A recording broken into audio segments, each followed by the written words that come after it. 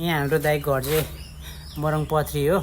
हामीसँगै आएको दाइ चाहिँ हामी यहाँ मलेसिया आएको चाहिँ 4 वर्ष पुग्नु लागिसक्यो।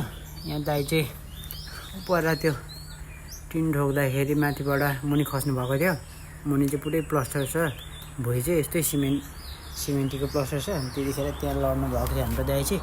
अनि त्यहाँ लडेर लगभग कति महिना भयो तपाईँ यहाँ यसरी हुलचेयरमा बस्नुभएको? 3 महिना भइसक्यो। दाइको खुट्टा देखाउनु त यहाँ चाहिँ स्टिल हालेको छ। दाइको चाहिँ खुट्टाहरू पुरै अलिक घामले गर्दा देखिँदैन रहेछ हो। स्टिल हालेको छ, यो चाहिँ पुरै स्टिल हालेको छ। अलिक खुट्टा पनि देखाउनु त, यहाँ नि स्टिल हालेको छ दुइटै। अनि अब कम्बरमा नि स्टिल हालेको छ सब।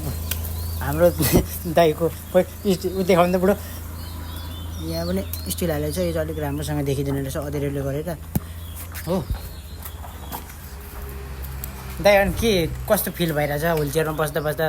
कहिले भुइँ टेक्नु जस्तो भएको छैन तपाईँलाई? चाकबाट पानी निस्किरहेको खोइ देखाउनु त तपाईँ घाउ अलिक राम्रोसँग। यहाँ चाहिँ पुरै स्टिलहरू हालेको छु क्या। अरू केही भन्नु मन लागेको छ त? अब बस्दा बस्दा जिउ दुखेर सुत्दा जिउ दुखेर कहिले उठेर हिँड्नु जस्तो भइरहेछ।